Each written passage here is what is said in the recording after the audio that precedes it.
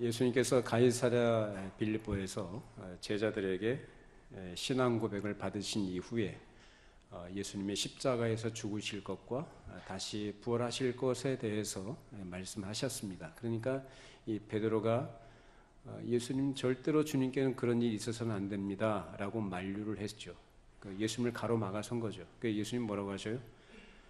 네가 하나님의 일을 생각하지 않고 사람의 일을 생각한다 라고, 너는 사탄이다라는, 그러니까 인간적인 생각을 가지고 하나님을 가로막는 이것들이 바로 사단이 하는 일이다라는 것을 예수께서 아주 엄하게 책망을 하시고 꾸짖으셨습니다.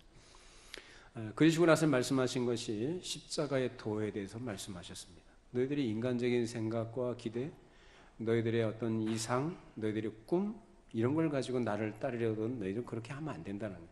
그렇게 해서 나를 못 따른다. 나를 따르려면 어떻게 한다고 말씀하셨습니까?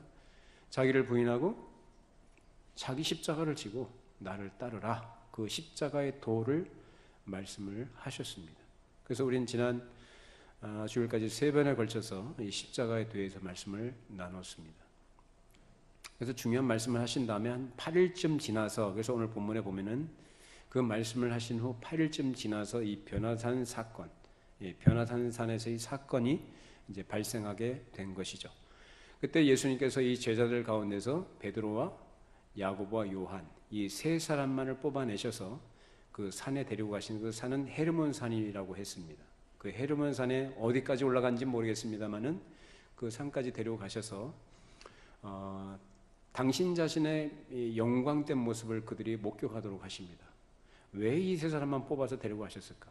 회당장 야이로의 딸을 다시 살리실 때에도 이 3사람만 데리고 방에 들어가신지를 우리는 기억을 합니다. 기억하십니까? 회당장 야이로의 딸이 죽었을 때에 예수님께서 이 딸이 죽은 게 아니라 잔다 그러시고 제자들 이 3사람만 데리고 들어가셨던 적이 있습니다. 자, 그때도 그렇게 했고 지금도 이 3사람만을 데리고 가신 것은 그들로 하여금 특별히 예수님의 그 어떠함, 예수님의 영광된 모습을 직접 목격함으로써 후일에 다른 사람들에게 그것을 전하도록 하시기 위하여 이 제자들을 그렇게 대동을 하시고 데리고 가신 것입니다.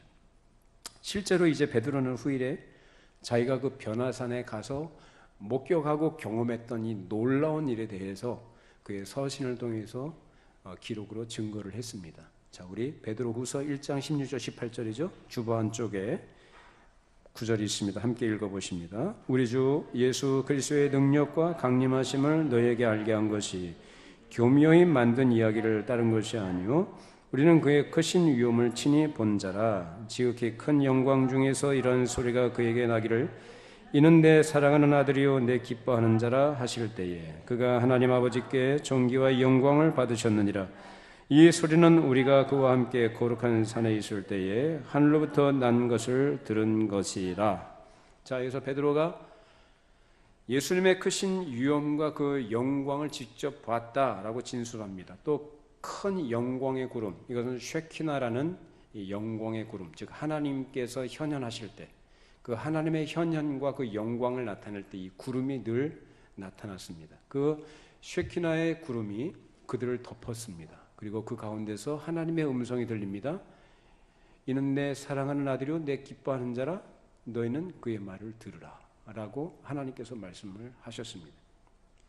자, 이 시간은 바로 이 거룩한 산에서 일어난 이 놀라운 이 시간은 하나님께서 지금까지 이 세상 어디에서도 나타내시지 않았던, 비교할 수 없는 큰 영광을 나타내신 사건이었습니다. 우린 구약시대 시내산에서 모세가 하나님을 만나러 올라갔을 때 그 시내산에 강림하셨던 그 하나님의 영광과 어미로우심을 우리는 성경의 기록을 통해서 우리가 확인할 수 있습니다. 마찬가지로 그때도 빽빽한 구름이 산 위에 가득했고 천둥 번개치고 지진이 나면서 천지가 지치게 뒤흔들리는 그런 일들이 있었습니다. 그리고 또 엘리야가 또 역시 하나님을 만날 때 역시 그러한 하나님의 어미로우심을 나타내신 적이 있습니다. 이 외에도 뭐 몇 군데가 있습니다만은, 자, 그러면 그때와 지금 이 사건이 어떤 차이가 있을까? 구약 시대에는 모든 것이 거의 다 예표고 상징이고 모형이고 그림자다라고 얘기합니다. 곧 누구를 보내시겠다는 거예요? 구약은 구약, 신약 그러죠. 구약은 뭐예요? 옛 언약, 약속, 신약은 새로운 약속이란 뜻이거든요. 구약은 곧 하나님께서 그 아들 메시아 예수를 보내시겠다고 하신 약속입니다. 그 약속 안에서 보여주신 모든 것들이 바로 누구를 지향하고 있는 거냐? 예수를 지향하고 있다는 거죠. 자, 그 영광의 구름이 구약 시대에도 나타났지만 이제 신약 시대, 구약에 말씀하셨던 예언됐던 모형으로 예표로 보여주시고 나타내셨던 모든 것들이 그 언약의 성취자로 오신 분이 누구냐? 바로 예수님이라는 거예요. 그 예수님이 지금 어디 계셔요? 변화산에 올라가셔서 그 영광의 광채를 드러내십니다. 정말로 놀랍죠. 놀라운 사건이 이 산에서 지금 벌어진 것입니다. 이 변화산의 기록은 공관복음에 다 기록됐는데, 이 공관복음이라는 것은 제자들이 각자가 기록을 했지만은 같은 사건을 같은 관점에서 보고 기록한 것, 그래서 공관복음이라 그렇게 얘기를 합니다. 그래서 사복음서라 얘기할 때는 요한복음까지 합해서 사복음서 이렇게 얘기하고, 공관복음은 마태, 마가, 누가복음을 공관복음이라 하죠. 그래서 이 공관복음에 이 변화산 사건이 다 기록이 되어 있는 거예요. 자, 오늘 본문이 누가복음은 예수님이 가장 완전하신 인간 예수라는 측면을 잘 드러내고 있어요. 그래서 유대인 또는 이방인들이 누구나 다 예수님의 인간적인 어떤 측면들을 잘 이해할 수 있도록 그렇게 여러 군데 이렇게 표현하고 있습니다. 물론 공관복음은 모두 다 무엇을 강조하느냐? 구원자이신 예수를 강조합니다. 자, 그런데 이 누가복음에서는 예수가 가장 이상적이고 완전한 인간 예수 되심, 완전하신 분으로서의 사람임을 드러내면서 동시에 오늘 변화산 사건을 통해서 무엇을 또 강조합니까? 가장 이상적이고 완전한 인간임과 동시에 이분은 누구다? 하나님이시다. 그 예수 그리스도의 거룩한 신성, 하나님 되심을 무엇보다 잘 나타내는 것 중에 하나가 바로 이 변화산 사건인 것입니다. 자, 누가복음 9장 28절 29절입니다. 이 말씀을 하신 후 8일쯤 되어 예수께서 베드로와 요한과 야고보를 데리고 기도하시러 산에 올라가사 기도하실 때 용모가 변화되고 그 옷이 휘어져 광채가 나더라. 자, 예수님께서 기도하실 때 그 용모가 변화되고 그 옷이 어떻게 됐다 그래요? 여러분이 입고 있는 옷 중에 가장 깨끗하고 하얀 옷이라 할지라도 예수님께서 입으시는 만큼 그렇게 밝은 광채가 나는 옷은 없습니다. 이 광채는 그야말로 신성하고 거룩한 광채예요. 그래서 이 본문의 기록, 즉 이 본문의 기록에 근거해서 우리가 그 모습을 연상해 본다면 예수님 모습이 변형이 됐다라는 것. 그럼 어떻게 변형이 됐을까요? 평상시에 인간 예수로서 보여졌던 그 모습이 아닌 신성을 가지신 분으로서의 모습이었을 것이다. 그리고 옷도 어떻게 해요? 세탁하는 자가 그 옷을 그렇게 희게 할 수 없을 정도로 아주 하얗게 광채가 나는. 그래서 성경 여러 곳에 보면은 천사들이 나타날 때도 그렇고, 그래서 하나님의 영광이 현현히 나타날 때 항상 광채가 나는 것을 이렇게 표현하고 있습니다. 그러니까 예수님이 그 어떠함을 여기에서 그 변환된 모습으로 그 옷의 광채로 드러내고 있는 것이죠. 자, 그러면 왜 예수님이 그렇게 변화되셨는가? 왜 그렇게 평소에 그렇게 보이지 않던 예수님, 똑같은 저와 여러분 같이 똑같은 사람의 모습을 보였던 예수님이 그 변화산에 올라가셔서 왜 그렇게 변화되셨는가라는 거예요. 그 문제에 대해서 성부 하나님께서 직접 말씀을 하셨죠. 자, 확인해 보십시다. 마태복음 17장 5절 말씀 읽어보시죠.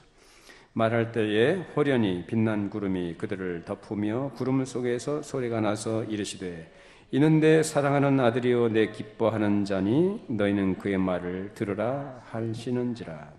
자, 여기서 하나님께서 뭐라고 하셔요?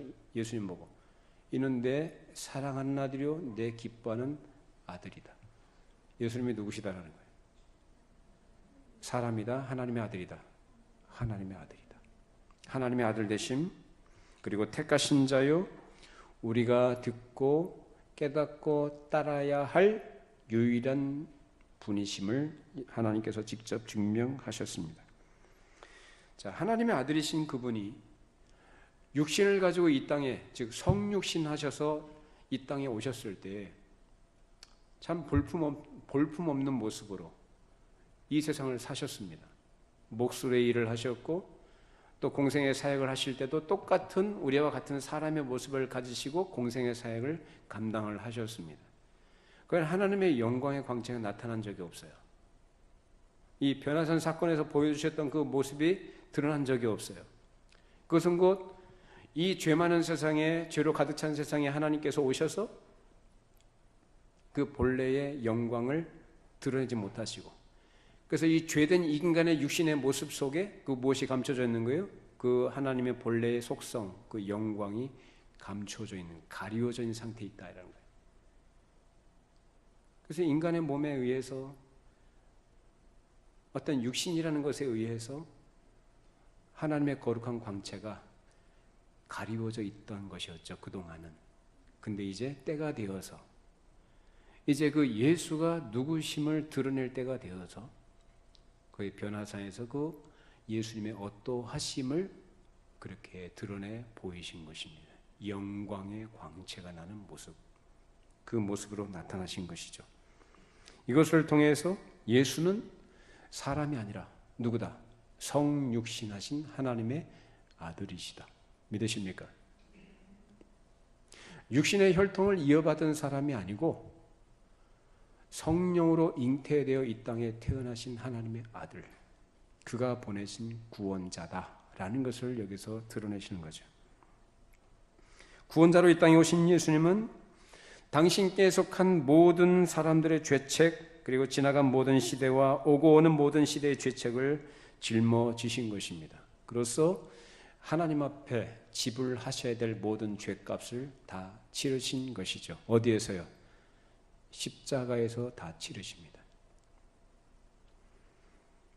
그 완전한 구원자인 것을 보증하시는 것이 바로 하나님의 사랑하는 아들이요 기뻐하는 자라는 말씀이었던 것입니다. 즉 하나님께서 증명하신 거다, 그 말입니다. 예수님께서 죄 가운데 있던 죄인을 건져내 주시는 구원자가 되는 것은 그가 사람이 아니라 누구이기 때문에 하나님의 아들이기 때문이다. 예수님께서 우리의 죄책을 다 해결해 주시는 하나님의 아들로서 죄책을 담당하신 그 효과는 불충분하거나 모자라거나 우리의 어떠함에 의해서 제한받으시는 것이 아니라 충분하며 차고 넘치며 완전하며 영원한 줄로 믿습니다. 왜 그렇습니까? 예수님은 누구시기 때문에? 영원하신 분이기 때문에.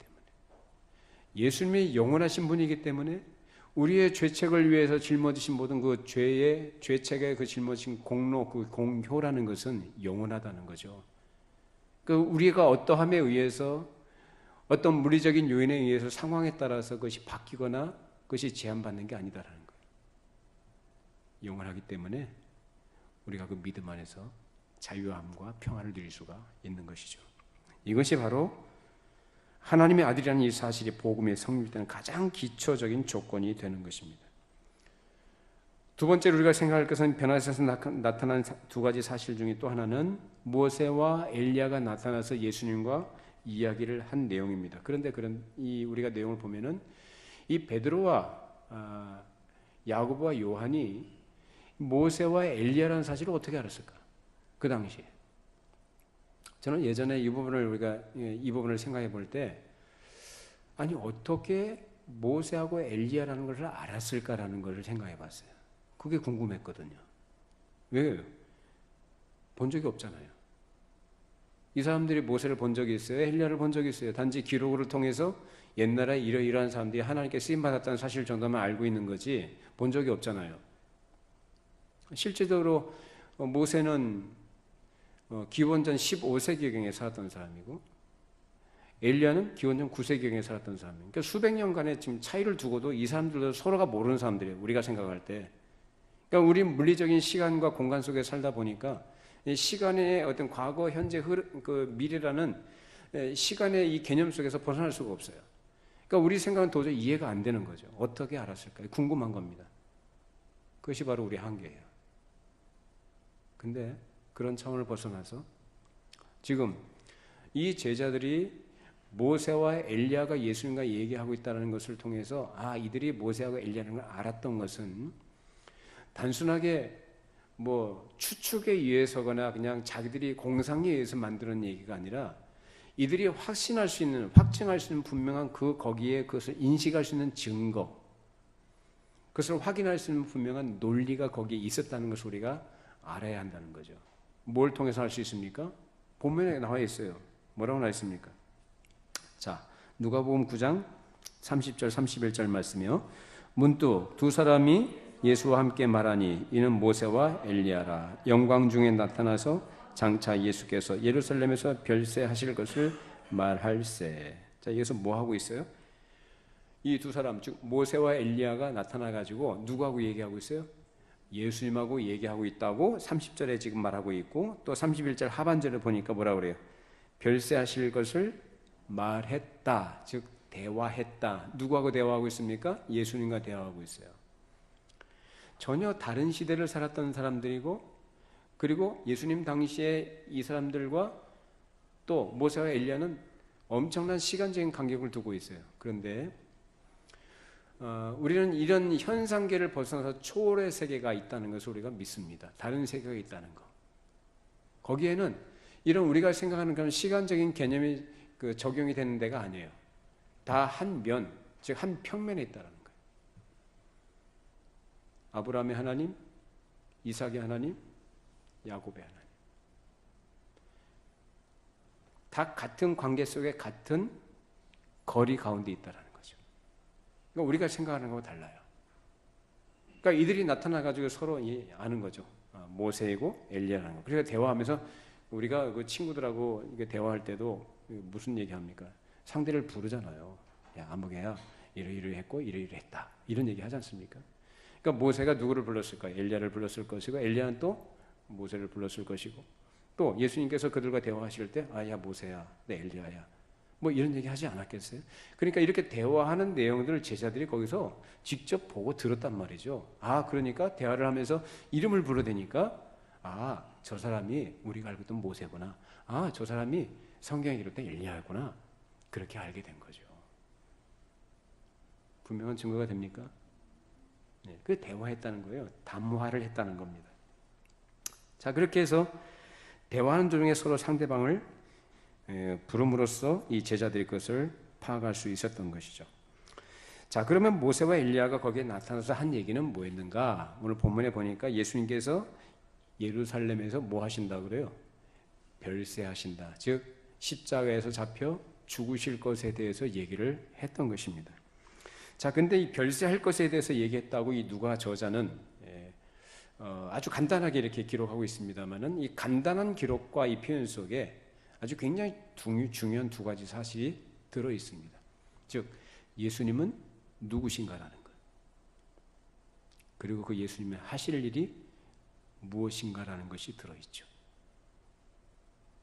그렇죠? 예수님께서 예루살렘에서 별세하실 것에 대해서 말씀, 그 예루살렘에서 별세하신다니 이 표현 속에는 이 두 가지 사실이 들어 있는 것입니다.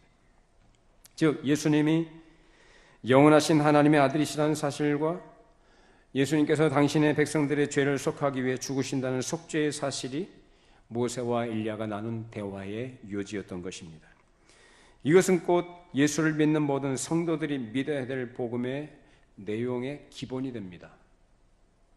즉 예수님은 영원하신 하나님의 아들이시요, 그가 죄인들의 죄를 대신해서 십자가에 못 박혀 돌아가셨지만 그가 하나님이시요 생명의 주이시기 때문에 그 죽음을 이기시고 다시 부활하신다라는 사실을 우리는 믿는 것입니다. 이것이 바로 복음입니다. 여러분 믿으십니까? 예수님께서 하나님의 아들이시고 그 하나님의 아들이신 그분이 뭐 하셨다고요? 십자가에서 죽으셨다고. 왜 죽으셨다고요? 대속 제물로 우리를 대신하여 우리가 받아야 할 형벌을 누가 받아요? 예수님께서 십자가에서 다 받으셨다. 그로써 우리 죄 문제를 다 해결해 주시고, 그뿐만 아니라 생명의 주가 되셔서 다시 부활하셨다. 이 사실을 믿으라는 거죠. 이게 바로 복음이라는 거예요. 이 사실이 바로 초대교회가 세워질 때부터 가장 중요하게 믿고 붙잡고 있었던 내용입니다. 이런 복음의 사실의 내용을 여기 변화산에서 모세와 엘리야가 얘기하면서 앞으로 올 고귀하고 영광스러운 하나님의 나라의 내용을 보여준 거죠. 그 영광의 나라, 즉 은혜의 왕국의 통치자로서 예수님께서 이제 신약 교회에 나타나시게 되는데, 그 신약 시대에 가장 강하게 전파된 것이 바로 이 변화산에서 모세와 엘리야가 나눈 예루살렘에서 예수님께서 별세하신다는 내용입니다. 실제로 사도행전을 보면은 사도들의 복음을 전할 때 뭘 얘기했냐면 세 가지 사실 얘기해요. 하나님의 아들이 이 세상에 오셨다. 그분이 십자가에서 죽으셨다. 죽으시고 또 다시 부활하셨다. 그리고 승천하셨다. 크게 나누면 세 가지로 얘기할 수 있어요. 하나님의 아들이 이 땅에 오셨고, 죽으시고 부활하셨으며 승천하셨다. 우리가 늘 고백하는 사도신경 신앙 고백의 내용입니다. 모든 교회가, 오고는 모든 시대의 교회가 공통적으로 분명하게 고백할 내용입니다. 이것이 바로 우리가 알고 있는 복음이라는 것입니다. 여러분, 복음이 어떤 사람에게 가장 기쁜 소식이 되겠습니까? 어떤 사람에게 가장 기쁜 소식일까요? 복음이 자기가 죄인이라는 사실을 아는 사람에게 가장 기쁜 소식이죠. 감옥에 갇혀있는 사람에게 가장 필요한 소식이 뭘까요? 감옥에 갇혀있는 사람, 즉 사형수에게 가장 필요한 것이 뭘까요? 돈인가요? 좋은 자동차인가요? 좋은 집인가요? 건강한 몸인가요? 좋은 옷인가요? 세상의 어떤 지위인가요? 뭐가 필요하겠어요? 사형수에게 사면이죠. 집으로 돌아가는 거죠. 그게 기쁜 소식이죠. 마찬가지로 죄가 있는 죄인들에게, 그 사람에게 가장 필요한 것은 죄를 용서받는 거죠. 죄의 문제가 해결되는 거죠. 그게 바로 복음입니다. 바로 예수님은 죄인들에게 기쁜 소식이고 복음이 되신 줄로 믿습니다. 그 일을 위하여 오신 분이 바로 예수님이시다. 그것이 앞으로 예수님께서 제자들에게 가르치셔야 될 큰 내용이요, 그리고 변화산에서 이것을 미리 나타내신 일로서 그것을 보여주신 겁니다. 모세와 엘리야가 예수님과 대화하는 내용을 통해서 그들이 듣지 않습니까? 베드로와 야고보, 요한이. 그걸 들으면서 예수님께서 앞으로 하실 일이 뭔가에 대해서 그들이 알 수 있도록 예수님께서 그것을 기회를 주신 거예요. 근데 이 사람들은 알아요, 몰라요? 몰라요. 말씀하셔도 못 알아듣고 보여주셔도 이해를 못하고, 단지 그들은 찬란하고 놀라운 광경으로 인해서, 그러니까 보통 자기들이 경험할 수 없었던 그 놀라운 신비롭고 영광스러운 그 모습을 보면서 놀라고 그 음성을 듣고 두려워서 떨고 엎드러져 있어요. 그런 그들에게 예수님께서 친히 손을 대시면서 말씀하셔요. 자, 마태복음 17장 6절 8절 말씀이요. 제자들이 듣고 엎드려 심히 두려워하니 예수께서 나와 그들에게 손을 대시며 이르시되 일어나라, 두려워하지 말라 하시니 제자들이 눈을 들고 보매 오직 예수 외에는 아무도 보이지 아니하더라. 자, 영광의 구름 속에서 하나님께서 친히 말씀하신 소리를 듣고 얼마나 무서웠겠어요. 그 음성이 어땠을까요? 잔잔하고 부드러운 음성이었을까요? 어떤 음성이었을까요? 굉장히 어미로우신 음성이었을 것 같아요, 제 생각에는. 그러니까 이 제자들이 너무너무 무서웠던 거죠.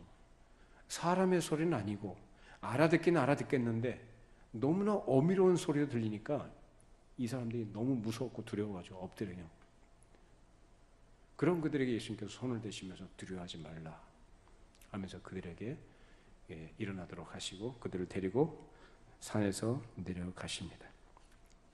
자, 그때 말씀을 듣고 일어나 보니까 그때 모세와 엘리야는 없고 예수님만 남아 계셨다. 자, 우리 마가복음 9장 9절로 10절 말씀 읽어보시죠. 그들이 산에서 내려올 때 예수께서 경고하시되 인자가 죽은 자 가운데서 살아날 때까지 본 것을 아무에게도 이르지 말라 하시니 그들이 이 말씀을 마음에 두며 서로 문의하되 죽은 자 가운데서 살아나는 것이 무엇일까 하고. 자, 제자들이 지금 예수님께서 말씀하신 부활에 대한 이해가 있습니까? 없습니까? 없어요. 누구든지 나를 따르려거든 자기를 부인하고 십자가를 지고 나를 따르고 하셨을 때도 그 십자가가 무엇인지에 대해서 그들은 자기들이 갖고 있는 인식하에서 예수님 말씀은 십자가를 이해를 못해요. 아, 그럼 우리도 죽으란 얘기냐? 강도질하고 반역을 한 사람들에게 무서운 형벌을 내리는 건 십자가형인데 그 십자가형에 우리도 죽으란 얘기냐? 예수님처럼, 당신처럼. 그러니까 이 제자들이 갖고 있는 이해는, 예수님에 대한 이해도 아직까지 뭐냐면은 이 땅에 이루실 메시아 왕국이에요. 이 땅에 이루실 메시아 왕국은 곧 뭐냐? 로마로부터의 해방이고 자유고 독립이에요. 자기 히브리 민족의 독립국가를 세우는 거예요. 그것이 하나님의 통치를 받는 민족으로서의 자존심의 회복이고요. 그러니까 그 일에 자기들이 참여할 것에 대한 기대를 갖고 있는 거거든요. 나쁜 기대 아니죠. 근데 예수님은 그것 때문에 오신 게 아니라고요. 그러니까 지금 다시 죽으셨다가 다시 부활하신다니까 이 부활하신다는 것에 대해서도 이해를 못해. 무슨 말이냐? 서로 물어보는 거죠. 야, 이게 무슨 말이냐? 무슨 말이냐? 3년 동안 예수님 따라다니면서 말씀 듣고 예수님이 행하시는 기적도 보고 경험했던 사람들이거든요. 근데 몰라요. 단지들이 본 것, 자기들이 본 희한한 광경, 겪었던 경험들, 이런 것에 그냥 압도되어 있는 거예요. 다른 건 전혀 생각을 못해요. 그것이 바로 그들의 수준이었습니다. 그러니까 예수님께서 뭐라고 하셔요? 너희들이 본 거 아무에게도 말하지 마라. 언제까지요? 예수님께서 다시 부활하시기 전까지 말하지 말라고 말씀하셔요. 왜 말하지 말라고 하셨을까요?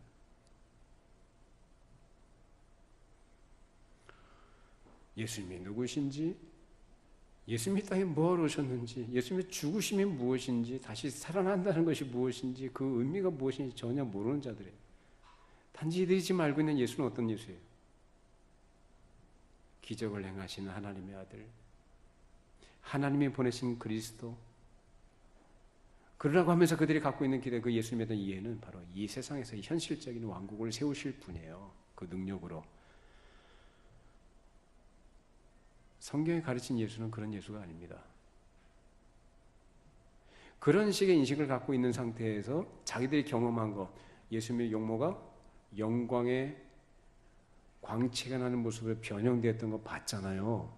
신박한 걸 경험했잖아요. 직접 보고 들었잖아요. 그 사람들에게 말하면은 어떤 예수 전하겠어요? 어떤 예수?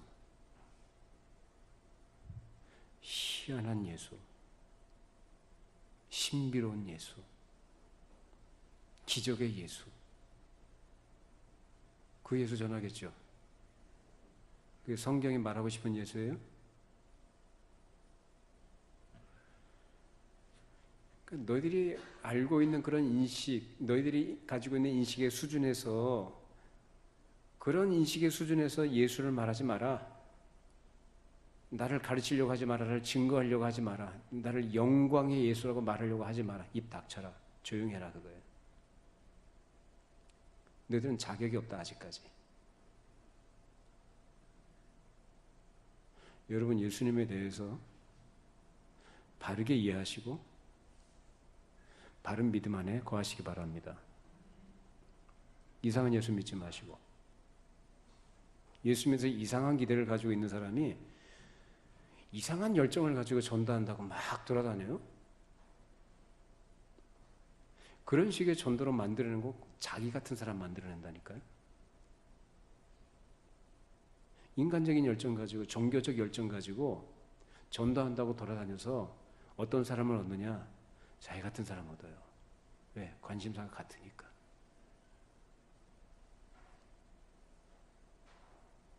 희한한 기적을 경험하고 체험을 하고 무슨 종교적인 환상을 보고 어떤 하나님이 주신 어떤 복을 경험하고 그런 걸 가지고 예수를 전해요?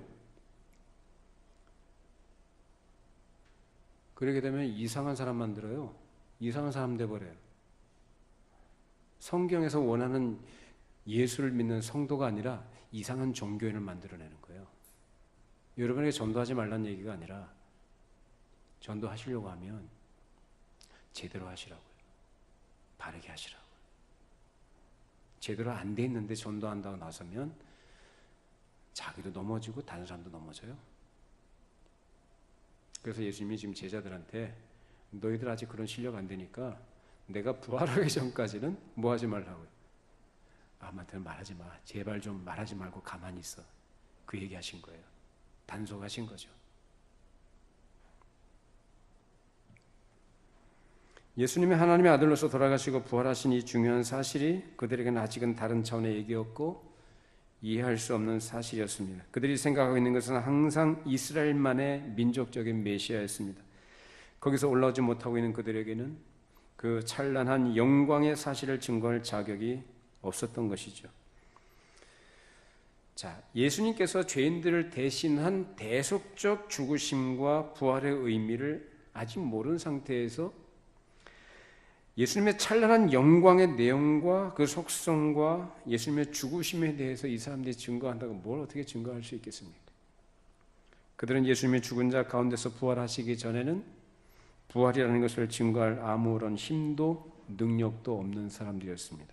그런 그들을 예수님께서는 부활의 때까지 두셨다가 부활하신 이후에 그들을 만나주시고 그들을 깨우치시고 다시 재교육을 시키십니다. 며칠 동안요? 40일 동안. 이제는 죽으신 것을 직접 봤잖아요. 말씀하신 대로 성경대로 죽으셨죠. 예수님이. 죽으셨죠? 또 예수님께서 말씀하신 대로 성경대로 다시 살아나셨죠. 그걸 제자들에게 보여주시는 거예요. 내가 너희들이 말했지 않느냐. 내가 십자가에서 죽을 것이다. 내가 십자가에 다시 살 것이다. 죽음에서 부활할 것이다. 말씀해 주셨잖아요. 그러니까 제자들이 그때부터 어떻게 바뀌어요? 생각이 그때부터 바뀌기 시작합니다. 아, 예수님께서 돌아가시기 전에 우리에게 가르치셨던 십자가에서의 죽으심과 부활에 대한 내용들이 바로 이것이었구나. 그때부터 생각이 바뀌면서 제자들이 어떻게 바뀌는 생각이 바뀌니까 이제 돌아다니면서 예수님의 죽으심을 전하는 것, 예수님의 부활을 전하는 것을 최우선적인 것으로 하게 됩니다. 우리에게도 그런 은혜가 있기를 바랍니다. 예수님의 죽으심과 부활에 관한 이 복음이 우리가 전해드릴 최우선적인 일이 되기를 바랍니다. 가장 귀한 거죠. 그 무엇보다도. 제자들이 돌아다니면서 부활을 말하자니 죽음을 얘기했고 죽음을 말하자니 대속적 죽음을 이야기했습니다. 그것으로 인해서 사람들이 이단자의 괴수로 낙인 찍어 죽었던 십자가에 죽었던 그 예수만 알았다는 사람들이 예수란 사람이 죽었던 것은 바로 우리 죄를 위한 대속적 죽음을 죽으신 하나님의 아들이었구나 하는 사실을 그들이 알고 믿게 된 거예요. 이렇게 복음을 얘기할 때 전체적인 것을 얘기할 수밖에 없게 됩니다. 어느 하나만 얘기하는 게 아니라 전체적인 거예요. 예수님의 하나님의 아들 되신 것, 그가 이 땅에 오셔서 하신 일, 그가 십자가에서 죽으신 일, 그리고 부활하신 일, 승천하신 일, 이 모든 것이 우리를 구원하시기 위한 하나님의 구원 계획의 성취였다는 사실을 말하게 된 거죠. 그래서 제자들의 신약의 교회를 세운 다음에 전한 내용들은 과거에 생각했던 그 세계에서 벗어나 이제 하나님 나라의 이야기로 올라가게 됩니다. 그것은 하나님의 아들 예수님께서 성육신하셔서 이 세상에 직접 오셔서 생활하시다가 십자가에 달려 돌아가셨으며 부활하시고 승천하셨다는 이 세 가지 사실이요. 그러니까 완전히 바뀐 거죠. 이전에는 이런 건 전혀 관심도 없었고 이해가 없던 사람들 아닙니까, 제자들이? 근데 예수님의 부활 이후에 이것들이 이제 그동안 이제 말씀하셨던 것들과 자기들이 직접 목격한 것들, 이런 것들 또 성령께서 깨우쳐주신 바에 의해서 착착착착 정리가 되는 거예요. 그래서 이전에 그들이 가졌던 기대가 뭐예요? 이 세상 나라요, 메시아 왕국이라고 하지만 이 땅이 이룰 메시아 왕국이에요. 그런데 이제 거기에서 생각해서 벗어나니까 뭘 얘기해요? 이 땅의 나라가 아니라 하나님 나라. 이 땅에 이루어질 하나님께서 구원하실 완성된 하나님 나라를 지향하는, 그것을 위해서 예수님께서 이 땅에 오셨고 그 일을 위해 죽으셨고 부활하셨다는 사실, 이들 것을 전하기 시작한 것입니다. 이것이 바로 복음이요. 베드로와 모든 제자들은 이 중요한 사실을 전하기 시작했습니다. 특별히 베드로는 자기가 오늘 본문을 통해서 본 사실을 통해서 훗날 깊이 깨닫게 되었고 그것을 다른 사람들과 함께 나누게 된 것입니다. 그로 인해서 제자들은 막강한 로마 제국을 괴멸시키고 메시아 왕국을 세운다는 식의 생각에서 벗어난 것이죠. 즉 물질적인 메시아 왕국을 생각하는 틀에서 벗어나 신령한 나라로서의 메시아 왕국, 은혜의 왕국을 그들은 생각하게 된 것입니다. 이렇게 제자들이 잘못된 선입관을 다 버리고 편견 없이 예수님이 누구신가를 바로 바라보게 하시려고 이를 위해서 주님께서 이 변화산에서 이 세 명의 제자들에게 거룩한 사실을 먼저 보여주신 것입니다. 그래서 먼저 하나님의 아들이시라는 내용의 참된 의미를 깊이 깨닫도록 하시기 위해서 이 변화산 사건에서 그 용모가 변화된 것으로 나타내 보이신 것입니다. 자, 오늘 우리는 예수께서 변화된 모습이 어떤지 또 직접 우리가 그런 것들을 목격한 건 아니지만 이 변화산 사건의 모든 기록과 그리고 예수께서 이 땅에 오셔서 하신 일과 또 구원을 위해서 하신 일이 무엇인지 우리는 다 이해하고 그것을 바르게 믿고 있습니다. 여러분 믿으십니까? 이 믿음 누가 주신 거죠? 내가 직접 체험하고 어떤 환상을 보거나 어떤 영광되고 찬란한 것을 보고 목격하고 믿은 거 아니죠? 우리가 이것을 어떻게 믿게 됐죠? 말씀이죠.